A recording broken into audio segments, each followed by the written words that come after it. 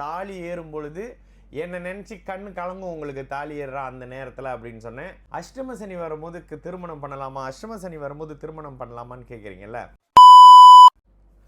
வணக்கம். நமக்கு என்கணி ஞானத்தையும் வேத ஜோதிட ஞானத்தையும் ஆன்மீக ஞானத்தையும் வழங்கிய அனைத்து குருமார்களுக்கும் நன்றி. என்ற அதே வேளையில் இது ஒரு ஜோதிட விளக்கு வீடியோ விருப்பம் உள்ளவர்கள் தொடர்ந்து பார்க்கலாம். நமது Vicky bros astrology YouTube, TikTok, Facebook, Instagram மற்றும் ட்விட்டரை ஃபாலோ பண்ணியிருக்கக்கூடிய அனைத்து தோழர்களுக்கும் நமது நன்றிகள்.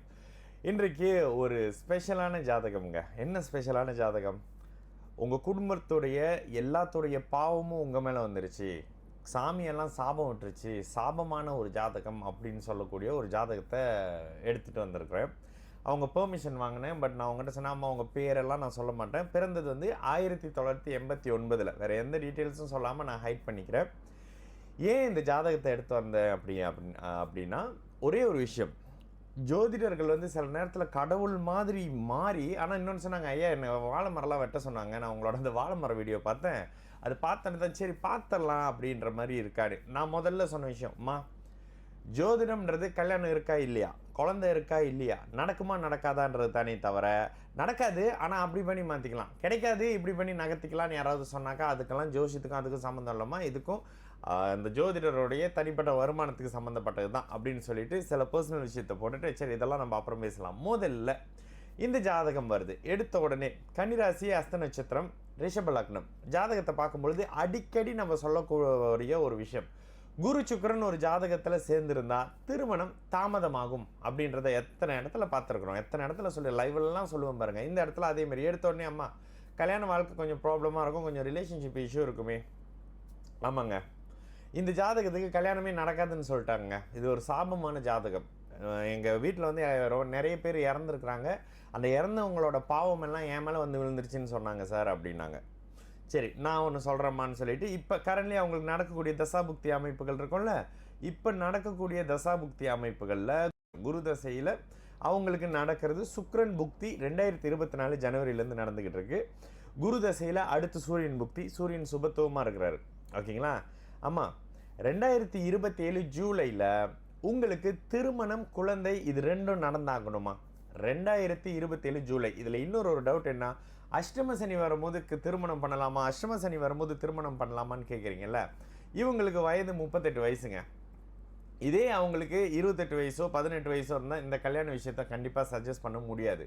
அவங்களுடைய வயது காரணமாக அவங்களுடைய அந்த அமைப்புகளில் பார்த்திங்கன்னா கிட்டத்தட்ட 28 வயசு 38 வயசில் அவங்களுக்கு வந்து திருமணம் நடக்கணும். ஏன் அப்படின்னா அவங்களுடைய முதல் சுற்று அஷ்டம சனியும் ஜென்ம சனியும் அவங்க முடிச்சுட்டு வந்துட்டாங்க.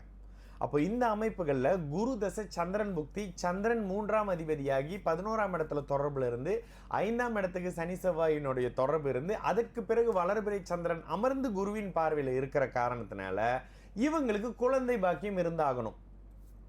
ஓகேங்களா? இருக்கணுமா இல்லையா? நீங்கள் தான் பார்த்து சொல்லணும். இருக்கணுமா இல்லையா? நான் ஒரு அடிக்கடி சொல்கிற விஷயங்க. ஏன்னாக்கா பூஜை புனஸ்காரம், தாயத்து, இந்த கல்லை போடு அந்த கல்லை போடு, இதை போடு அதை போடு, பூஜை பண்ணுன்னு சொல்லி இயல்பாக ஜோதிடத்தை குட்டிச்சோராக்கி வச்சிருக்கிறானுங்க ஒரு சில ஜோசியர். ஓகேங்களா? ஜோசியர்ன்ற பேரில் அவனுக்கு ஜோசியரா அப்படின்றதே டவுட்டு. அம்மா சாபமான ஜாதகமா, அம்மா முதல் வாழ்க்கையில் கஷ்டப்படுறீங்கம்மா, பிற்பகுதி வாழ்க்கையில் நல்லா இருக்க போகிற ஜாதகமா, குரு தசையில் சூரியன் புக்தி சந்திரன் புக்தி, குரு தசை சந்திர புக்தி உங்களுக்கு குழந்தையின் அமைப்பை கொடுக்கறதுக்கான வேலைகளை செய்யும். எப்படிமா உங்களுக்கு கல்யாணம் நடக்காது? யாருமா இந்த அறிவாளி? நான் வீடியோ போடுறேன், இந்த அறிவாளி கிட்ட அப்படியே கொண்டு இந்த வீடியோ காட்டுங்க, இந்த பாரு என் ஜாதகத்துக்கு எப்படி பலன் சொல்லியிருக்காங்க பாருங்கன்னு சொல்லி காட்டுங்கன்னு சொன்னேன். அவங்க கேட்ட கேள்வியில் மிக முக்கியமானது, எனக்கு கல்யாணம் இருக்கானே, கல்யாணம் இருக்கான்னு நீங்கள் பார்க்க வேண்டிய பாவகம் எந்தெந்த பாவகம்? 7, 11, 3ஆம் பாவகம், 3 லாஸ்ட்டாக பார்க்கணும். ஓகேங்களா? அதே நேரத்தில் 5ஆம் பாவகம், 5ஆம் பாவகாதிபதி காரக பிளானட். இந்த இடத்துல என்ன, குரு சுக்கிரன் அதிகமாக வலுத்திருக்கக்கூடிய அமைப்புகளில் லக்னத்துக்கு 2ஆம் இடத்துலையும் ராசிக்கு இருங்க, லக்னத்துக்கு 2ஆம் இடத்துலையும், ஓ மை காட் இது ஏன் இவ்வளோ இருக்குது?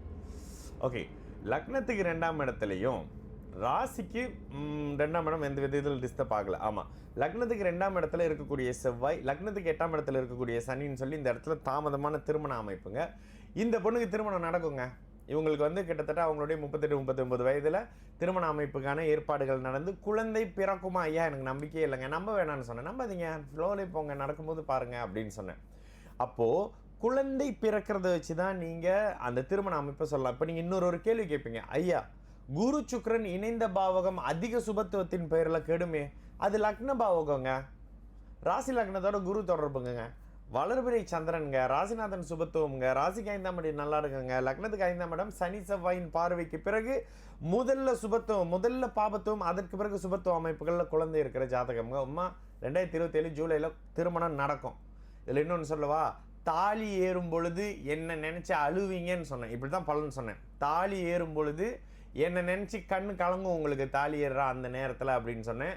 இதுதாங்க அந்த ஜாதகம். ரொம்ப டைம்லாம் எடுத்துக்க விரும்பல. தசாபுத்தியின் அடிப்படையில் குரு தசையில் சுக்கிரன் புக்தி நடக்குது. குரு தசை சந்திரன் புக்தி, சந்திரன் குருவின் பார்வையில் இருக்கிறாருன்றதுனாலையும் வளர்பிறை சந்திரனாக இருக்கிறாருன்றதுனாலையும் அப்படியே பாக்கியாதிபதியின் பார்வையில் இருக்காருன்றதுனாலையும் இந்த இடத்துல அவர் குழந்தை பாக்கியத்தை கொடுத்தே ஆகணும். நம்ம வீடெல்லாம் வாங்கியிருப்பீங்களே நேரம்னே, ஆமாங்க போன வருஷம் தான் வாங்கினேன்னு சொன்னாங்க.